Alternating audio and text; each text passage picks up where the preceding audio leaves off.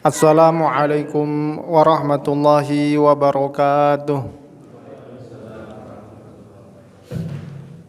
Alhamdulillahirabbil alamin wassalatu wassalamu ala nabiyyina sayyidina wa habibina Muhammadin sallallahu alaihi wa ala alihi wa ashabihi wa man tabi'ahum bi ihsanin ila yaumiddin wa sallama tasliman katsira.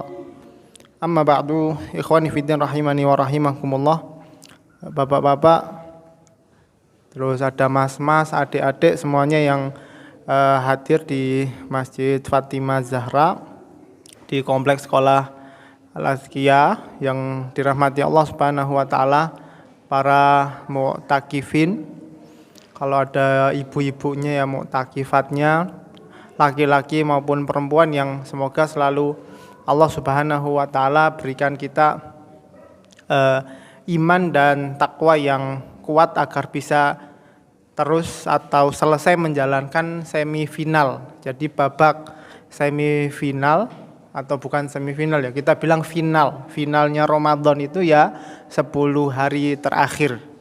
Maka kita mohon kepada Allah Subhanahu wa taala agar diberikan keikhlasan, agar tiap amal ibadah kita, ya puasanya, ya tarawehnya, ya baca Qur'annya, ya zikirnya, ya makan minumnya, sahurnya, bukanya, semuanya ikhlas karena Allah Subhanahu wa taala. Karena pahala yang Allah janjikan buat yang puasa, qiyamul lail, nyari Lailatul Qadar, semuanya disyarati imanan wahtisaba, baru mendapat fadilah ghufira lahu ma taqaddama min dzambihi. Semoga Allah mudahkan kita untuk melakukan semua itu dalam keadaan ikhlas. Allahumma amin. Sebelumnya saya mau tanya, ini siap berapa menit ini? Malam ya, ini malam ini, jadi namanya malam ya. Ya bismillah, kita nyari barokahnya saja, nggak usah lama-lama, sambil santai, monggo sambil diunjuk wedangannya, ya jajannya, gorengannya, semuanya monggo sambil dimakan, santai saja. Biasa saya bahkan maunya kita sambil lesehan, cuman kalau lesehan kan nggak kelihatan semua atribut ini, jadi ya sudahlah, apa adanya saja, sambil santai, sambil sandaran, sambil buka WA kalau dipesen istri di rumah suruh cepet-cepet pulang, nggak apa-apa, sambil santai saja, sambil dengerin apa yang saya sampaikan malam ini. Semoga rezekinya baik. Artinya rezekinya baik itu semua yang saya sampaikan itu tidak terlepas dari apa yang Allah takdirkan buat kita dapatkan malam ini sebagai ilmu dan bekal kita menyelesaikan sisa-sisa hari di Ramadan ini. Kalau kemarin sebelum Ramadan itu datang, bulan Rejab, bulan Sya'ban, kita sama-sama mengatakan ahlan wa sahlan, selamat datang bulan Ramadan, semuanya senang, termasuk para pedagang di pasar juga senang, tukang cukur juga ikut senang, karena kalau pas Ramadan tarif Ramadan biasanya naik 50%, pokoknya barokahnya semuanya kecipratan, semuanya senang. Lah sekarang ini kita tinggal beberapa hari mau ditinggal Ramadan. Artinya ayyam ma'dudat, hari-hari yang terbatas ini terbilang sedikit, hanya 30 hari, barokahnya ini mau meninggalkan kita. Jadi bagaimana di momen-momen terakhir ini ya kita tetap mengencangkan sabuk pengaman, tetap mencincingkan lengan untuk terus semangat beribadah. Yang ibadah ihtikaf bukan cuman kita tok di sini. Di masjid lain semua orang juga lagi pada itikaf. Kenapa? Karena mereka semua sadar bahwa iya, kalau saya pedagang mungkin jualan 10 hari terakhir omsetnya bisa besar sekali. Bahkan dalam 1 tahun itu ada pengusaha yang 50% penghasilannya itu pas Ramadan. Makanya ujiannya lumayan gede buat para pengusaha. Nah, buat mereka yang bisa disambi atau diwakilkan, didelegasikan bisnisnya, nikmat besar, bisa ibadah. Atau ada yang bisa kemudian mengorbankan, ya sudahlah, namanya uang bisa dicari di luar Ramadan. Ya sudah dipakai buat ibadah. Itu nikmat yang luar biasa, rezeki dari Allah Subhanahu wa taala. Kalau mereka yang usahanya kayak lamongan, atau kita bilang angkringan, yang bukanya harus malam, bisa jadi tarawihnya pun tidak bisa jamaah ba'da isya di masjid nggih. Tapi tidak masalah. Karena saya mau ngawali kajian ini dengan cerita dari Umar Ibn Khattab yang dulu pertama kali ngadakan tarawih jamaah. Kita tahu sejarahnya bahwa awal pertama Kanjeng Nabi SAW tarawih niku napa? Malam pertama, malam kedua, malam ketiga jamaah. Malam keempat Kanjeng Nabi SAW tidak mau jamaah. Para sahabat pas subuhan protes, ya Rasulullah jenengan ditunggu banyak orang kok tidak keluar, wong kita mau jadi makmum. Kata Kanjeng Nabi, khasyitu antu fardhu alaikum. Saya khawatir nanti malah jadi wajib tarawihnya. Wong saya masih hidup, wahyu masih turun. Ya sudahlah, biarin saja kalian sholat sendiri-sendiri. Sampai kemudian di zaman Umar bin Khattab, melihat kok di masjid pada sholat sendiri-sendiri, akhirnya dipanggil Ubay bin Ka'ab jadi imam, nggih. Kemudian masyarakat disuruh jamaah. Ini semua insya Allah sudah tahu insya Allah. Nah nanti yang belum tahu saya tambahkan sedikit wawasan bahwa Umar ibn Khattab saat nyuruh Ubay bin Ka'ab ngimami tarawih, jenengan tahu sahabat mulia Ubay bin Ka'ab radhiyallahu taala anhu itu ngimami 1 rakaat baca berapa ayat? Beliau membaca ayatnya 1 rakaat itu ratusan. Maksudnya ratusan itu bayangin saja 1 rakaat baca surat Yunus, 1 rakaat baca surat Al-Kahfi, ngoten yang biasa kita baca. 1 rakaat. Ya sudah, akhirnya wajar. Dalam riwayatnya Imam Abu Bakar Al-Firyabi di kitabnya Kitabus Syam, ini referensinya, saya usahakan untuk tiap kali kajian ada referensi biar jenengan bisa rujuk lebih dalam. Cerita bahwa para sahabat itu sampai pada bawa teken, bawa tongkat karena wong yang ngimami Ubay bin Ka'ab ngimaminya 1 rakaat ratusan ayat. Lama banget, bukan cuma lama banget. Ada yang bawa tongkat, ada yang inisiatif dari satu tiang ke tiang lain dikasih tali, biar nanti kalau pas apa bisa sandaran. Nah gitu. Nah kita tidak perlu tali insya Allah. Wong yang imami kan pas gitu kan. Jadi ya buat kita ya pas, tidak perlu bawa tongkat, tidak perlu bawa tali, insya Allah sudah kuat. Tapi itulah zaman sahabat dulu sholat tarawih. Makanya saat hadis Nabi SAW menyebutkan man qoma Ramadhana imanan wahtisaba ghufira lahu ma taqaddama min dzambih, itu kan yang praktek secara ideal kan para sahabat nggih. Kita bilang ideal. Nah, walaupun ideal itu kadang susah ditiru. Wong namanya ideal. Kita ya bisanya mendekati lah ya, niru-niru gitu saja bisanya. Jadi waktu praktek menghidupkan malam Ramadan, ternyata tarawihnya itu sampai panjang sekali. Ya, Imam Al-Firyabi di kitabnya menyebutkan malam 23 sisa 7 hari terakhir para sahabat negosiasi sama Kanjeng Nabi SAW biar mau ngimami. Akhirnya Kanjeng Nabi purun mau ngimami malam 23, ngimami sepertiga malam. Gampang saja saya konversikan 3 jam gitu ya. Ngimami 3 jam, rampung tarawihnya. Malam 24 lebih ringan, malam 25 setengah malam. Kira-kira 5 jam. Ya kalau dari jam 7, 8, 9, 10, 11 ya 12. Itu tarawih. Malam 26 lebih ringan, malam 27 Kanjeng Nabi SAW ngimami sama para sahabat pas itikaf ngeten iki kayak jenengan semuanya, sampai ternyata mereka hampir ndak bisa sahur.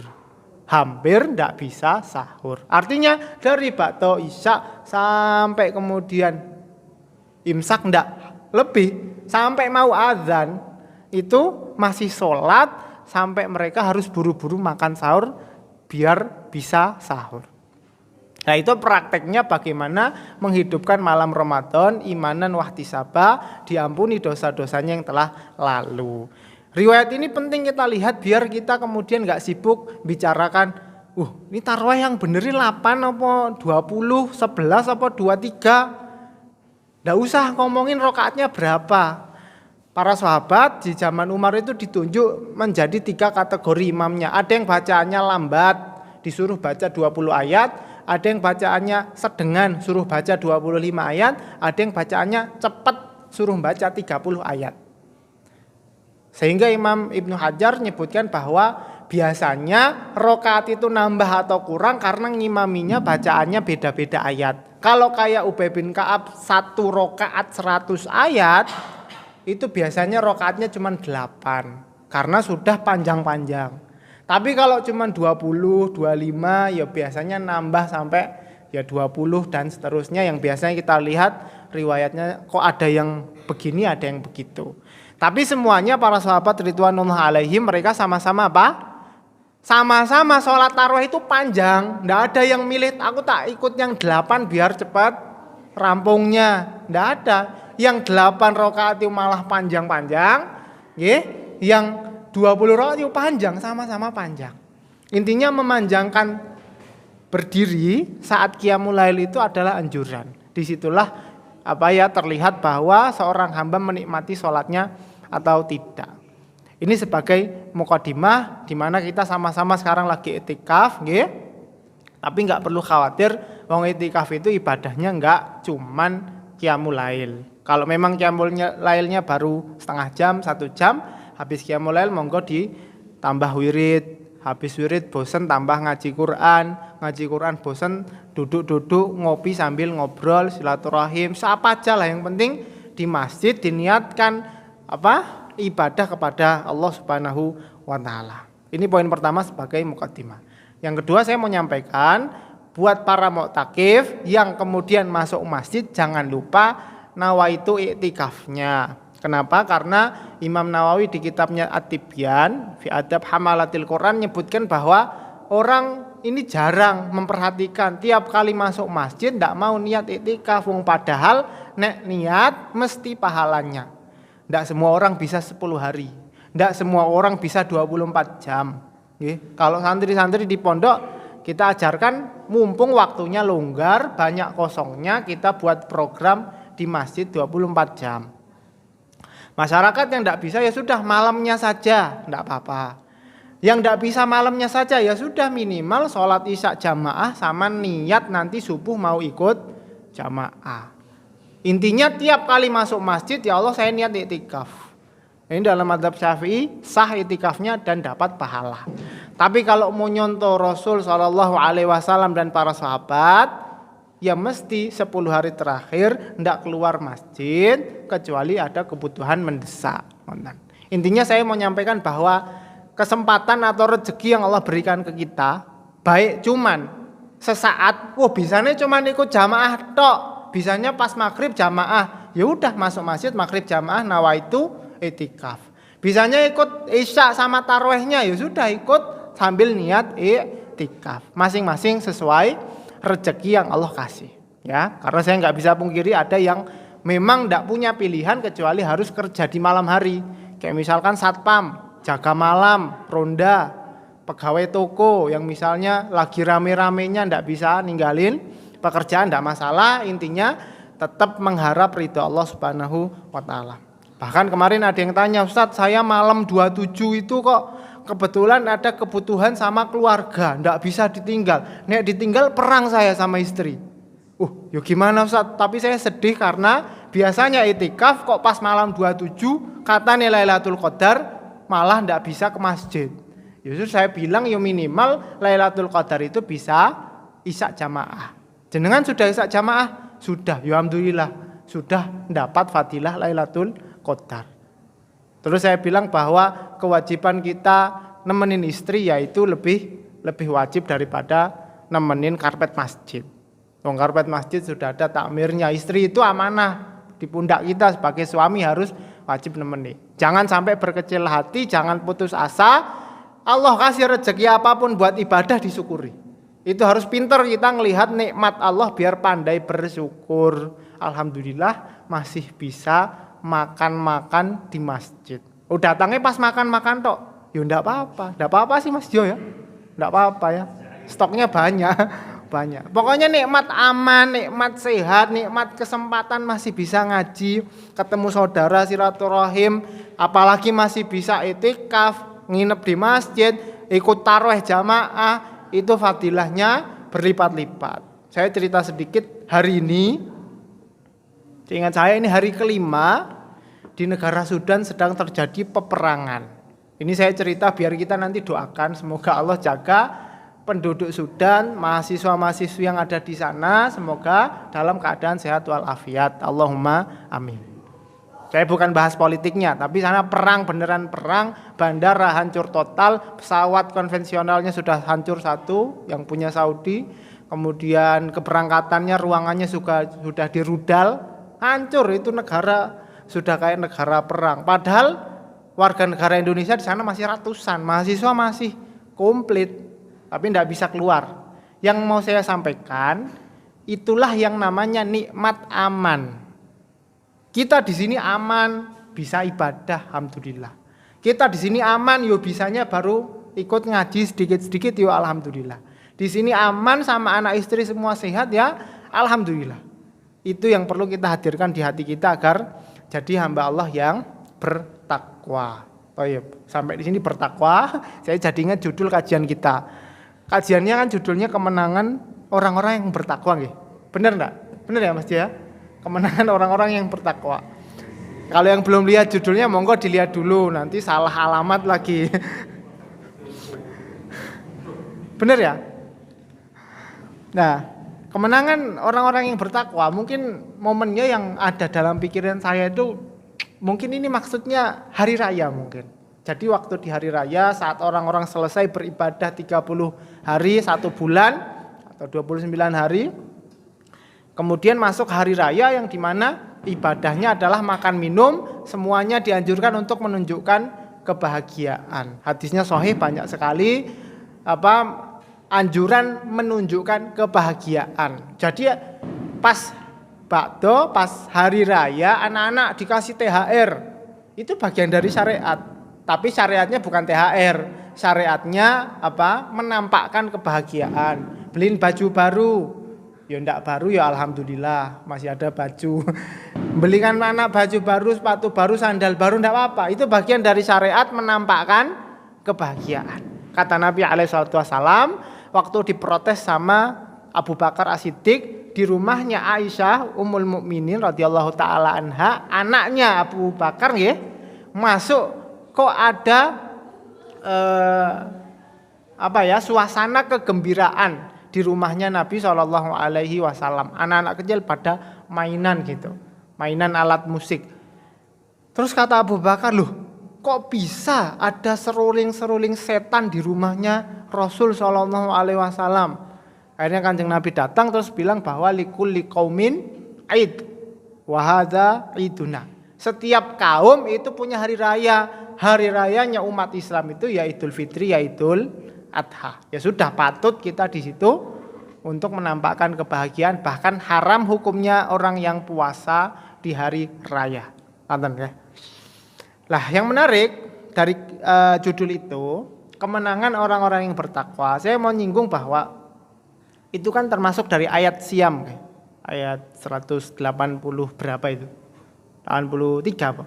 183. Ya ayyuhalladzina amanu kutiba alaikumussyam. Di akhir ayatnya la'allakum tattaqun, agar kalian bertakwa. Diwajibkan puasa agar kalian bertakwa. Para ulama ngomentari bahwa ya sebaik-baik wasilah orang biar takwa itu ternyata puasa. Wong puasa itu ndak ada yang tahu kecuali dirinya dengan Allah Subhanahu wa taala. Siapa yang larang kita buat makan? Wong nggak ada orang di rumah sendiri, makanan ada di atas meja. Apa yang buat kita ndak makan? Ya iman kita kepada Allah. Ini sifat muraqabah. Selalu merasa diawasi Gusti Allah. Gusti Allah lihat. Boten sare. Jadi kita tetap menjaga agar puasa kita tetap sah. Makanya kemudian puasa jadi ibadah yang paling bagus untuk meningkatkan ketakwaan. Yang menarik, saya mau angkat dari sisi yang mungkin jarang kita dengar, yaitu bagaimana ayat puasa Allah sebutkan di dalam surat Al-Baqarah. Ya, ini semoga nggak terlalu berat materinya, tapi ini menarik. Ya, karena waktu kita membaca Quran, kemudian Allah abadikan firman-Nya hudal lil muttaqin, itu juga ada di surat Al-Baqarah. Artinya, monggo yang punya Quran dibuka Qurannya, yang Android apa yang bawa mushaf. Di ayat pertama Nggih. Alif lam mim, kemudian ayat kedua, ayat ketiga, ayat keempat, ayat kelima ini bicara tentang orang-orang yang bertakwa. Jadi kajian kita ini akan fokus kepada isi dari surat Al-Baqarah dengan pacuan ayat siyam la'allakum tattaqun. Gimana kita memahami kemenangan orang yang bertakwa? Ini kalimat yang menunjukkan apa? Kemenangan itu kan saat kita husnul khatimah masuk surga. Oke. Kemudian bagi orang-orang bertakwa, orang bertakwa itu pasti menang, pasti bahagia. Pertanyaan yang lebih penting adalah gimana caranya jadi orang bertakwa. Oh, itu lebih penting daripada bahas kemenangannya orang yang bertakwa. Wong takwa mesti masuk surganya, mesti Allah lindungi dari neraka, wis jelas, sudah pasti. Dalam hadisnya kata Nabi alaihissalam, saya ini adalah orang yang paling takwa di antara kalian. Jadi amal ibadahnya nggak ada yang bisa ngalahin. Jadi kalau ada yang bilang Kanjeng Nabi itu kok istrinya cuma 9, tak kalahin lah, tak jadi 10 istri saya biar lebih bertakwa, ya ndak bisa. Kanjeng Nabi niku ukuran paling maksimal orang bertakwa. Umatnya yus di bawahnya semuanya sampai akhir zaman. Pertanyaannya gimana biar kita jadi orang-orang yang bertakwa? Wong masjid yang namanya at-taqwa ini dah banyak epol ya. Banyaknya epol. Tapi saya menarik sih, saya senang lihat kalau masjid ada namanya at-taqwa itu. Bagus. Surat Al-Baqarah ini termasuk surat yang pertama kali turun. Saya bilang pertama kali turun ini surat Madaniyah. Artinya setelah 13 tahun Kanjeng Nabi SAW dakwah di Mekah, hijrah ke Madinah, surat yang pertama kali turun ya surat Al-Baqarah. Jenengan bayangin nggih. 13 tahun di Madinah itu di Mekah, Kanjeng Nabi SAW apa yang dilakukan? Dakwahin agama Islam. Ayo semua masuk Islam, ayo Islam solusi. Jenengan mau dagang pakai syariat, jadi guru pakai syariat, pejabat jadi syariat, politik, ekonomi, semuanya beres kalau pakai syariat. Teori 13 tahun. Setelah hijrah, inilah waktunya praktek, di mana Kanjeng Nabi kemudian menyiapkan negara Islam. Jadi contoh negara Islam cikal bakalnya ya Madinah Al-Munawwarah. Pertama kali turun surat Al-Baqarah, nggih. Di dalamnya nanti kita runut, di dalamnya itu paling awal surat ini cerita tentang orang bertakwa, orang kafir, orang munafik. Di awal surat Al-Baqarah. Jadi bulan Ramadan, bulan di mana mungkin jenengan sudah berkali-kali baca Al-Baqarah. Tapi nek baca ndak pernah mikir, ndak akan pernah tahu isinya apa. Makanya baca Quran sebanyak-banyaknya bagus. Tapi satu halaman jenengan baca, satu ayat yang kita baca sambil mikir, kadang itu dampaknya bisa bertahun-tahun. 1 tahun memahami satu ayat, itu faedahnya, dampaknya, kebaikannya bisa kita rasakan bertahun-tahun karena dapat inspirasi yang sangat dalam. Namanya juga wahyu Allah Subhanahu wa taala. Berapa ayat Allah Subhanahu wa taala porsinya nyebutkan orang bertakwa di awal surat Al-Baqarah? Monggo jenengan lihat. Di ayat kedua, hudalil muttaqin, ayat ketiga, ayat keempat, ayat kelima. 1, 2, 3, 4 lah, kita bilang 4 ayat lah. Berikutnya ayat ke-6, innalladzina kafaru, orang kafir. Berapa ayat ngomongin kafir? 2 ayat. Setelah 2 ayat ngomongin orang kafir, 13 ayat Allah Subhanahu wa taala menyebutkan orang munafik. Dari ayat 8, wa minan nasi may yaqulu amanna billahi wa bil yaumil akhir wa ma hum bimumin. Ada orang ngaku iman kepada Allah dan hari akhir, tapi mereka enggak iman. Imannya cuman zahirnya saja, batinnya kafir. Ini namanya munafik. Berapa ayat? Dari ayat 8 sampai ayat 20. Ini 13 ayat kalau enggak salah. Monggo dihitung sendiri. 13 ayat. Jadi kita tahu gimana Allah Subhanahu wa taala pengen yang baca Al-Baqarah bisa jadi orang yang bertakwa. Kalau kafir mesti semua sudah anti kafir. Paling anti sama yang namanya kafir. Tapi munafik enggak ada yang tahu. Muamalahnya kita taunya dia muslim. Tapi yang tahu dia munafik kan hanya Allah Subhanahu wa taala. Makanya ayatnya paling banyak biar kita cerdas saat kemudian lihat ciri-ciri itu ada pada diri kita, waliyadzubillah, kita bisa segera bertobat. Ini sesi pertama tentang surat Al-Baqarah. Al-Baqarah ini panjang ayatnya. Ada berapa? 287 nggih. Terus betul. 200. Ayo lihat sama-sama. 286 di sini. 286.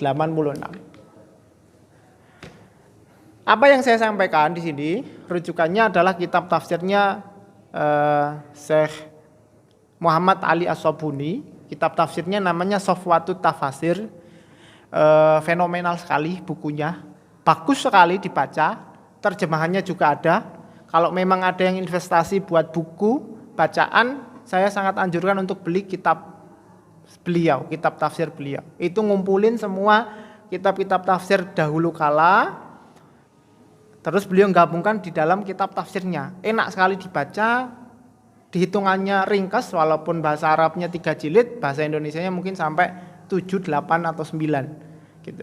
Namanya Safwatu Tafasir, punya Syekh Muhammad Ali As-Sabuni. Taib.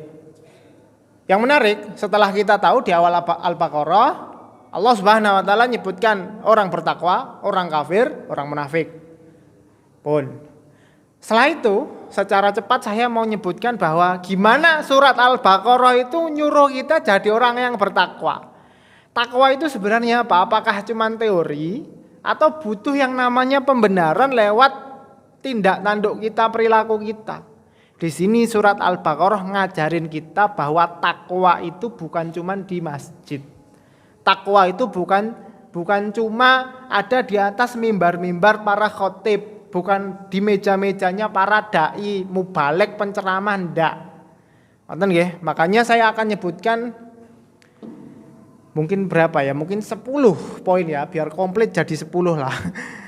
10 di mana Allah Subhanahu wa taala di surat Al-Baqarah menyebutkan takwa dalam prakteknya itu agar orang-orang yang baca surat Al-Baqarah ini bisa mempraktekannya secara nyata, bukan cuma teori.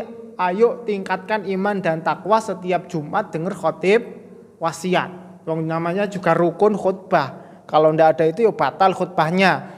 Tapi ya mau nggak mau kita harus mikir, emang takwa itu gimana cara prakteknya?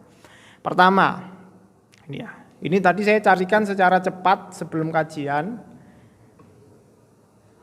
10 ini bukan membatasi, tapi 10 ini sebagai renungan kita. Yang pertama ayat ke-21. Jadi setelah ngomongin tentang orang-orang munafik sampai ayat 20, ayat 21 Allah Subhanahu wa taala berfirman, ya ayuhan nasu ubudu rabbakumul ladzi khalaqakum wal ladzina min qablikum la'allakum tattaqun. Wahai manusia semuanya, siapapun yang sudah iman atau yang belum iman atau yang masih munafik, nggih, karena sebelumnya 3 golongan itu yang disebutkan, sembahlah Tuhan kalian, nggih, alladzi khalaqakum, yang menciptakan kalian dan umat sebelum kalian agar kalian bertakwa. La'allakum tattaqun. Jadi di sini Allah nyebutkan takwa, tapi judulnya apa ini? Judulnya tauhid, suruh menyembah Allah Subhanahu wa taala. Dan tauhid muslim itu syariatnya atau ajarannya semua nabi. Nabi Syuaib, Nabi Lut, Nabi Hud, semuanya bilang ke kaumnya, ya qaumi ibudullah malakum min ilahin ghairuh. Wahai kaumku, ayo nyembah Gusti Allah, ngapain nyembah berhala yang lain? Sama lafadznya semuanya seperti itu. Menarik, satu berarti judul besarnya tentang tauhid. Artinya saat kita bisa pegang tauhid, di situ kita bertakwa. Yang kedua, sebagai muqaddimah, Al-Baqarah ini karena awal-awal turun di Madinah, 13 tahun bicara tentang tauhid. Di Madinah 10 tahun Kanjeng Nabi SAW bicara tentang syariat, tentang fikih. Banyaknya tentang fikih, aturan, tata negara. Dari yang paling kecil sekupnya keluarga sampai yang paling besar pemerintahan, komplit di Madinah. Makanya semua surat Madaniyah termasuk surat Al-Baqarah mesti ngomongin tentang syariat. Yang kedua, takwa di surat Al-Baqarah ada di ayat 179. Kok jauh banget Ustaz, dari ayat 21 kok larinya ke 179. Karena setelah ngomongin tauhid di Al-Baqarah nyinggung umat Yahudi, khususnya Bani Israel, yang saking dableknya padahal udah Allah kasih nikmat yang luar biasa besar, mereka tidak percaya sama Allah Subhanahu wa taala. Akhirnya apa? Waktu itu kejadiannya ada di antara mereka yang terbunuh, tapi tidak ada yang mau ngaku siapa pembunuhnya. Ini asal muasal kenapa surat Al-Baqarah disebut Al-Baqarah. Al-Baqarah artinya sapi, betina. Kisahnya salah seorang mereka terbunuh, tidak ada yang mau ngaku. Akhirnya apa? Allah turunkan wahyu kepada Nabi Musa, nyuruh Bani Israel nyembelih sapi yang kemudian aneh itu loh, nanya sapinya yang kayak apa dan seperti apa. Intinya setelah disembelih, bagian dari tubuh sapi itu dipukul ke orang yang sudah mati, orangnya hidup lagi, terus ngasih tahu tadi yang bunuh saya dia, terus wafat lagi.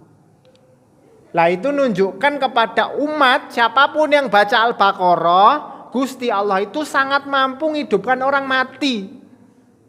Kita manusia akhir zaman tidak percaya setelah mati ada kehidupan yang abadi. Allah Subhanahu wa taala menyebutkan bahwa dulu zaman Bani Israel, wong semua hidup, ada yang mati, ditepuk pakai daging sapi, hidup lagi. Nek cara kita sekarang nek mau nyoba ya nggak bakal bisa, wong itu mukjizat. Nah, ini mau bicara tentang apa? Hari kebangkitan. Hari kebangkitan itu alam gaib, tidak ada yang tahu. Tapi di awal surat Al-Baqarah Allah berfirman, orang-orang yang bertakwa hudalil muttaqin alladzina yu'minuna bil ghaib, yang beriman dengan perkara gaib termasuk nanti di hari kiamat, hari kebangkitan. Masya Allah. Nek baca Quran tuh mumet beneran. Maksudnya mumet itu jenengan harus mikir. Quran itu harus mikir. Di surat Yusuf Allah Subhanahu wa taala berfirman, "Inna anzalnahu Qur'anan Arabiyyan la'allakum ta'qilun."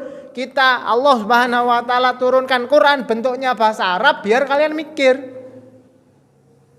Makanya kalau pas kajian kita ngomong Quran ya berat sudah. Saya minum dulu nggih. Dari ayat 21 sampai tadi saya sampaikan nomor 2 ayat 179 isinya Yahudi Bani Israel. Gimana orang Madinah kaum muslimin waktu itu tetangganya Yahudi. Biar mereka tahu wataknya Yahudi itu pendengki, mesti nggak suka nih orang Islam seneng.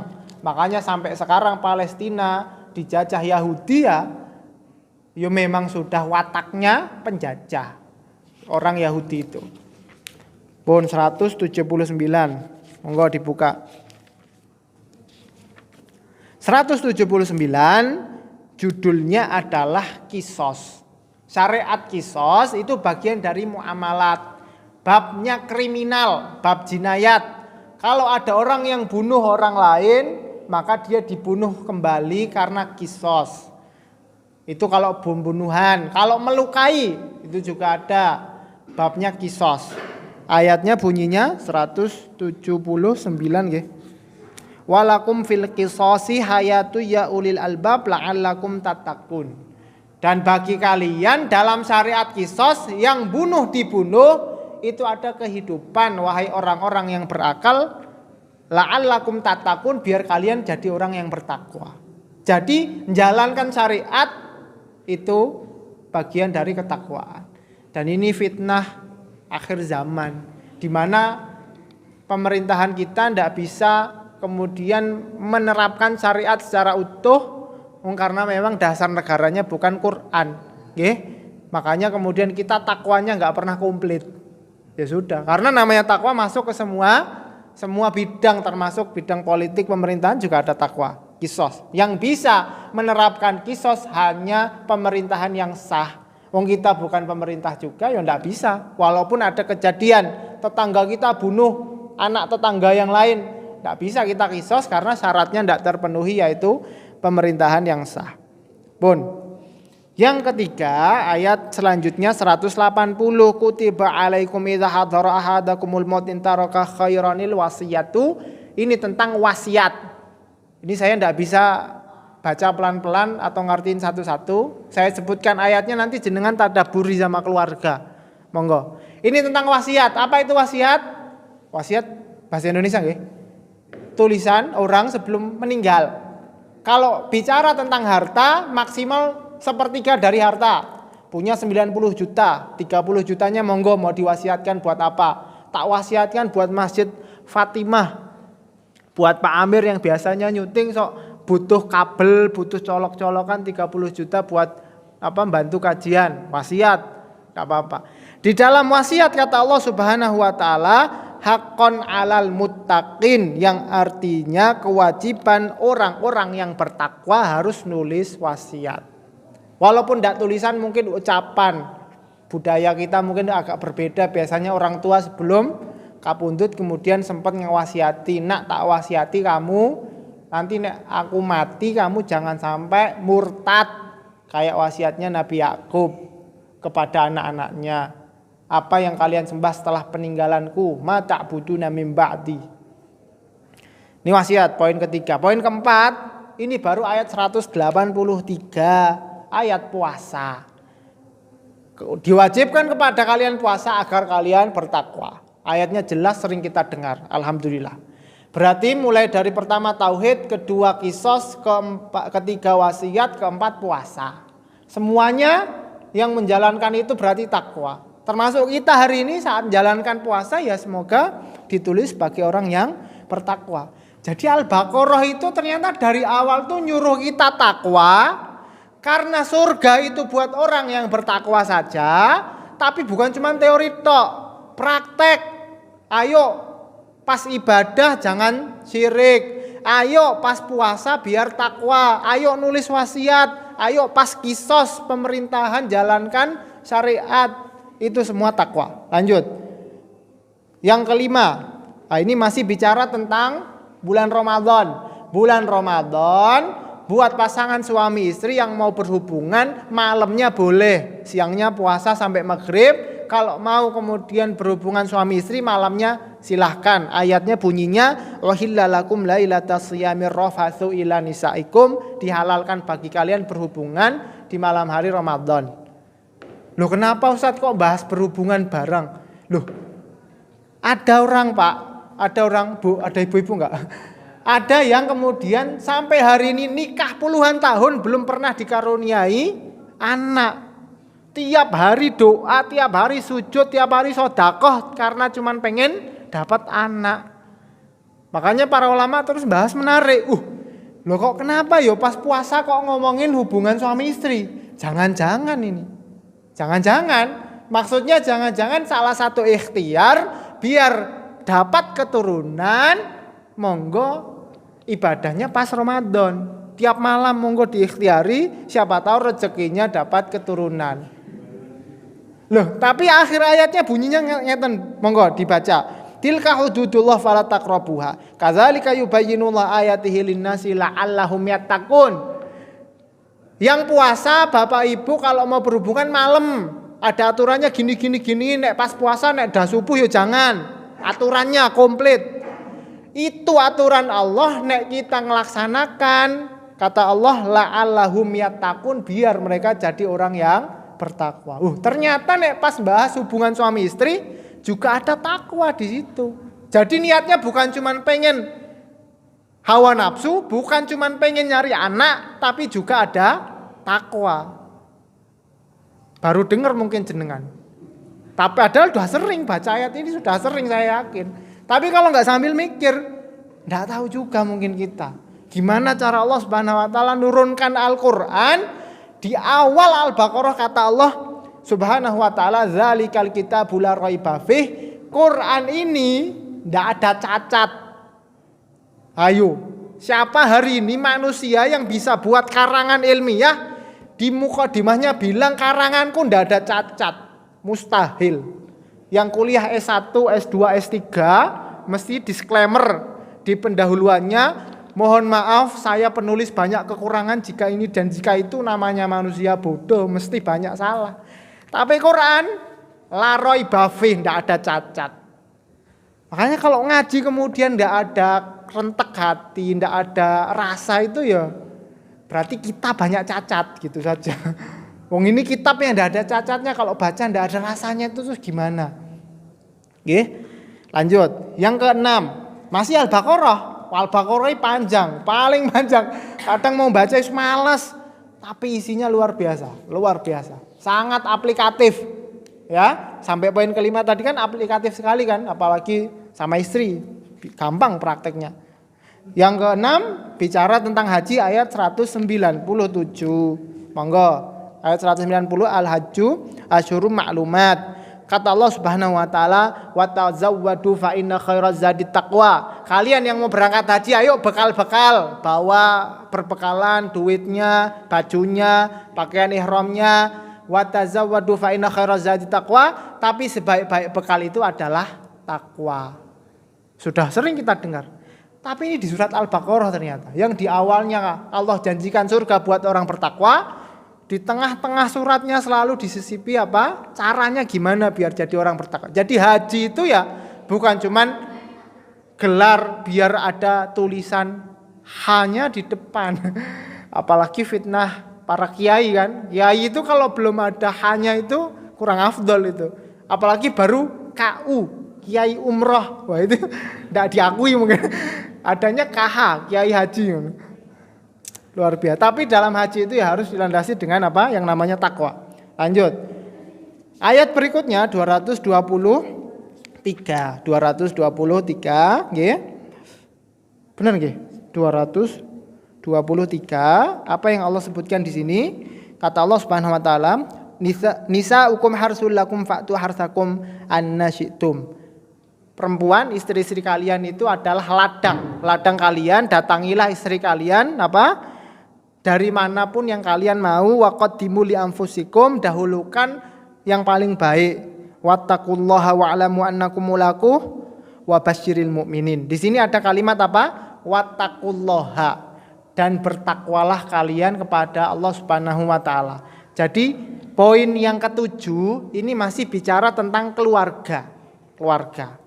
Ini kan kurang lebih syariatnya itu tentang apa hukumnya orang yang mau berhubungan dengan istrinya tapi enggak dimasukkan lewat depan tapi lewat belakang.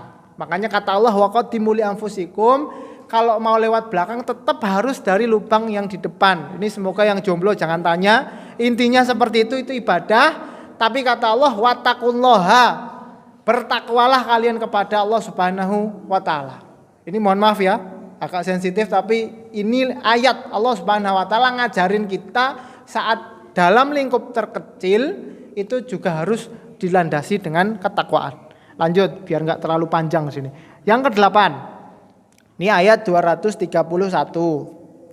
Ini berbicara tentang talak. Apa itu talak? Perpisahan antara suami dan istri nggih, dari pihak suami. Saya talak kamu. Ada 3, 2-nya bisa dirujuk, yang ketiga baru talak yang tidak bisa dirujuk. Ayatnya ini termasuk panjang, dan kalau orang ngaji, ayat talak itu paling susah dihafal. Santri kalau pas ayat ini mesti telat seminggu biasa. Kok enggak setoran-setoran kamu? Susah Ustaz. Wa idza tolak, istri belum punya udah mau talak. Tapi yang menarik, monggo jenengan baca ayatnya 231. Di akhir ayat itu kata Allah, wattaqullaha wa'lamu annallaha bikulli syai'in alim. Bertakwalah kamu kepada Allah. Allah itu tahu segala sesuatu. Ya mungkin mudahnya nek mau nalak istri mikir-mikir. Wong pas nyarinya aja susah, sembarangan sekarang mau talak-talak. Takwa kamu sama Allah Subhanahu wa taala. Ingat, dia itu dulu dari orang tuanya kamu ambil dengan mahar dan syariat Allah Subhanahu wa taala, jangan sembarangan dalam berinteraksi. Ini bab apa? Talak. Lanjut, yang ke-9. Ayat 233. Judulnya apa ini? Qala Allah Ta'ala wal walidatu yurdi'na auladahunna haulaini kamilaini, dan ibu-ibu menyusui anaknya 2 tahun penuh. Berarti ini bicara tentang menyusui. Bahasa Arabnya ar-radha'ah. Radha'ah itu menyusui. Yang menarik di akhir ayat 233 kata Allah wattaqullaha wa'lamu annallaha bima ta'maluna basir. Bertakwalah kamu kepada Allah dan Allah Maha melihat apa yang kamu perbuat. Jadi ibu-ibu itu kan kalau nyusui itu kan kadang nggak ada yang tahu nggih. Bahkan ada ruang laktasi ibu sama anaknya tok. Tapi apa? Allah Maha melihat. Jadi waktu nyusui itu juga ibu-ibu harus dilandaskan oleh takwa. Moga-moga anaknya jadi soleh-solehah, anaknya jadi penghafal Quran, rajin ibadah, sujud kepada Allah Subhanahu wa Ta'ala. Jangan pas kemudian nyusui mikir yang aneh-aneh, namanya juga perempuan ya. Lanjut, yang ke-10 ini yang terakhir, gak usah khawatir, belum genap 1 jam kita. Yang ke-10 dan ini sudah akhir-akhir surat Al-Baqarah. Nggih. Sebelum akhir ini Allah Subhanahu wa Ta'ala bicara tentang riba, dan riba yang luar biasa dosanya itu besar sampai Allah abadikan di surat Al-Baqarah ini tentang riba nggih.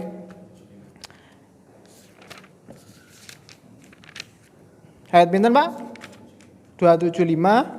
Alladzina ya'kuluna riba la yaqumuna illa kama yaqumul ladzi yatakhabbathu syaitanu minal mas. Orang yang makan riba itu seperti orang yang lagi ketempelan jin, kayak orang kesurupan ndak jelas.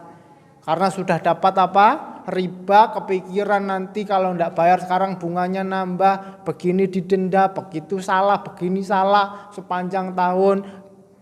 Angsurannya masih 10 tahun, masih 20 tahun, penuh dengan kesengsaraan. Pokoknya dosa besar. Lah yang berbicara tentang takwa, yang poin ke-10 ini yang mau saya sampaikan adalah ayat 283. Ayat 282 ini kan ayat paling panjang tentang hutang. Wahai orang-orang yang beriman, jika kalian berhutang antar kalian, maka tulislah. Nah, ayat 283 sama berbicaranya itu. Apalagi kalian waktu safar, ini berbicara tentang penulisan hutang. Karena namanya hutang itu biar kemudian sama-sama saling percaya harus ada tulisannya hitam di atas putih. Kalimatnya di sini di ayat 282, wattaqullaha wa yu'allimukumullah, bertakwalah kalian agar Allah berikan ilmu. Ayat 283 bunyinya apa di sini? Wa in kuntum ala safar wala taqtumu syahadah waluna alim waliyattaqillaha rabbahu. Baik. Apa bunyi ayatnya? Wa in kuntum ala safar wa lam tajidu katiban farihan maqbudah fa in amina ba'dukum ba'dha falyu'addi alladhi tumina amanatahu. Kalian dianjurkan untuk nyatet hutang piutang. Tapi kalau pas kalian lagi perjalanan ndak ada alat tulis. Tapi kalian saling percaya. Wah, teman sudah lama akrab sekali. Ndak usahlah tulis-tulis formal-formal barang. Wis pokoknya saya utang, kamu ada piutangnya, pokoknya percaya. Tapi kata Allah, walaupun percaya, waliyattaqillaha rabbah. Masing-masing jaga amanah, bertakwalah kepada Allah Subhanahu wa Ta'ala. Artinya poin ke-10 ini sampai di akhir surat Al-Baqarah kita bicara tentang muamalah, pencatatan hutang. Kalaupun tidak mau dicatat, ya minimal kemudian saling jaga amanah dan takwa kepada Allah Subhanahu wa Ta'ala. Ini 10 sudah komplit. Bisa jadi lebih dari 10. Kalau jenengan pas ngaji Al-Baqarah terus ketemu, silahkan ditambahkan sebagai pengingat kita bersama bahwa di dalam surat Al-Baqarah ini luar biasa. Petunjuk dari Allah Subhanahu wa Ta'ala benar-benar hudal lil muttaqin. Jadi kerasa. Jadi waktu kita bilang petunjuk bagi orang yang bertakwa, terus kebayang kisos, kebayang wasiat, kebayang kemudian berhubungan intim, kebayang puasa, haji, mencatat hutang, semuanya takwa. Luar biasa aplikatif. Disinilah kemudian kita tahu bahwa bagaimana Al-Baqarah itu fadilahnya luar biasa besar. Sampai-sampai Nabi SAW bersabda, Iqra'u surat Al-Baqarah. Al-Baqarah itu bacalah kalian surat Al-Baqarah. Fa inna akhdaha barokah. Wong baca Al-Baqarah itu barokahnya besar. Watar kuha khosarah. Meninggalkan Al-Baqarah ndak pernah dibaca itu rugi. Wala yastati'u hal batalah, dan tukang santet ndak bisa ngirim jinnya. Orang yang baca Al-Baqarah. Al-Baqarah komplit. Lawang kita pernah dengar hadisnya Abu Hurairah saja, waktu jaga zakat mal didatangi jin 3 kali, diajarin ayat kursi. Katanya kalau baca ayat kursi kamu sebelum tidur ndak bakal bisa didekati setan. Ayat kursi salah satu ayat di Al-Baqarah. Apalagi nek baca Al-Baqarah. Yo ngeri itu. Yo setan yo KO, yo mesti kalah. Itu sabda Nabi SAW tentang fadilah surat Al-Baqarah. Sampai di sini saya kira sudah cukup, sudah komplit juga 1 jam itu saya lihat jamnya. Semoga apa yang saya sampaikan ini bermanfaat. Adapun selebihnya jenengan bisa rujuk langsung, Qur'annya juga insya Allah semua rumah ada. Cuman mungkin tidak semua punya kitab tafsir. Bisa beli bukunya, bisa download PDF, file elektroniknya, atau bisa dengar kajian-kajian di YouTube, kajian tafsir gitu. Jadi tafsir surat Al-Baqarah apa? Nah, biasanya sebelum-sebelumnya tahun-tahun lalu kita lihat kajian umum. Monggo tahun ini ditingkatkan, mulai ngaji tafsir dari YouTube, banyak wasilah kebaikan, kita manfaatkan sebisa mungkin. Kalau ada salahnya saya mohon maaf. Saya tutup, nanti kalau mau ngobrol-ngobrol, tanya-tanya bisa di luar majelis sambil santai-santai. Subhanakallah bihamdik syadu alla ilaha illa anta astaghfiruka wa atubu ilaik. Wassalamualaikum warahmatullahi wabarakatuh.